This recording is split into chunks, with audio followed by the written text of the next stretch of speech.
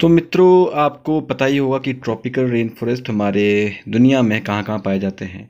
Tropical मतलब ऐसे forest जो कि इक्वेटर के आसपास वाले एरिया के अंदर या सब ट्रॉपिकल एरिया के अंदर, मतलब ट्रॉपिक ऑफ कैंसर और ट्रॉपिक ऑफ कैप्रिकॉर्न के बीच का जो एरिया होता है वो ट्रॉपिकल रेन फॉरेस्ट कहलाते हैं। ठीक है जी। तो ऐसे रेन फॉरेस्ट जो सदाबहार वन क्या होते हैं, उनकी क्या कैरेक्टरिस्टिक्स होती है, उसको हम इस वीडियो में पढ़ने वाले हैं कि सदाबहार वन की क्या क्या कैरेक्टरिस्टिक्स होती हैं और वह किस तरीके से क्या चीज़ें किस किस एनवायरनमेंट में होते हैं।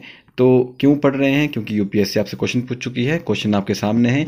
The soil in tropical rain forest is rich in nutrients and the high temperature and the moist of the tropical rain forest cause dead organic matter in the soil to decompose quickly. तो कौन कौन सी statement सही है, कौन सी गलत है, ये आपसे पूछा गया है। मे बी आपको आंसर तो पता ही होगा, परंतु मैं आपको बताना चाहूँगा कि ऑल ओवर वर्ल्ड के अंदर ये जो एरिया है आपको देख सकते हैं, इस एरिया के अंदर आपको जो है ट्रॉपिकल रेन फॉरेस्ट देखने को मिलेंगे। दुनिया के सबसे बड़े रेन फॉरेस्ट आपको पता है अमेजोन के रेन फॉरेस्ट आपको देखने को मिलेंगे। रेन फॉरेस्ट की कैरेक्टरिस्टिक्स क्या क्या होती है वो देखते हैं। देखो, जो ट्रॉपिकल रेन फॉरेस्ट है उनको हम लो लैंड इक्वेटोरियल एवरग्रीन फॉरेस्ट भी कहते हैं। ठीक है जी। मगर सदाबहार वन जो होते हैं उनको भी कहा जाता है।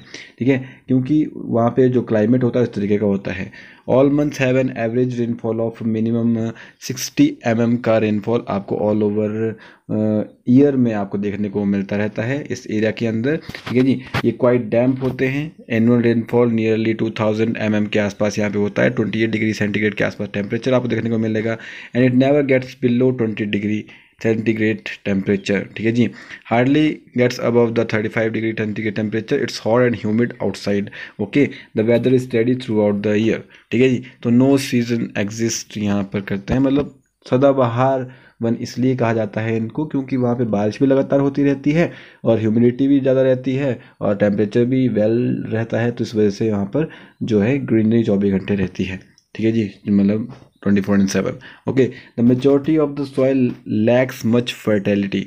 फर्टिलिटी इसमें बहुत थोड़ी कम होती है। क्यों, क्या कारण है? इसका कारण एक ही है, क्योंकि जो ट्रॉपिकल रेन फॉरेस्ट होते हैं उनमें बारिश ज़्यादा होने की वजह से लीचिंग होती है। लीचिंग होने की वजह से वहाँ पे जो फर्टिलिटी है वो कम हो जाती है। ठीक है जी। ऑर्गेनिक मैटर्स होते हैं वो वॉश आउट हो जाते हैं। ठीक है जी। तो वहाँ पे थोड़ी बहुत जो सॉइल की जो फर्टिलिटी वो कम होती है। The thin layer of fertile soil lies at the surface whereas decaying dead leaves are found.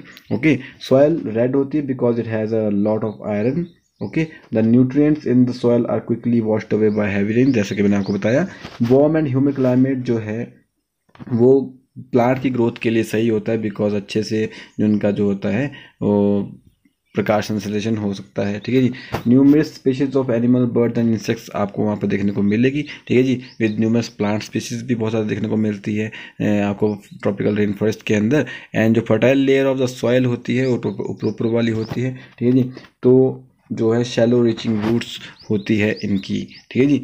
तो ये जो है इसकी कैरेक्टरिस्टिक्स होती है ट्रॉपिकल रेन फॉरेस्ट की। ठीक है। तो ट्रॉपिकल रेन फॉरेस्ट के बारे में, tropical rain forest is soil is poor होती है न्यूट्रिएंट्स के मामले में बिकॉज मैक्सिमम जो न्यूट्रिएंट्स होते हैं just like potassium, calcium, magnesium, phosphorus etcetera, वो लीचिंग की वजह से या जो ज़्यादा बारिश होने की वजह से वॉश आउट हो जाते हैं। ठीक है जी।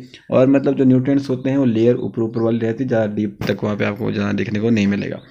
दूसरी बात जो उन्होंने बताई है कि जो ट्रॉपिकल रेन फॉरेस्ट है typically experience warm and consistent temperature रहता है ऑल ओवर ईयर के अंदर, जिसकी वजह से क्या होता है, temperature enhance activity soil micro organism जिससे डिकम्पोज जल्दी कर सकते हैं वो चीज़ों को। ठीक है। तो ये इसके स्टेटमेंट के बारे में था।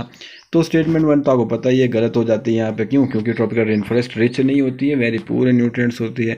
ठीक है। Second, the high temperature and moist in tropical rain forest cause dead organic matter in the soil to decompose quickly. Yes, it's statement is right.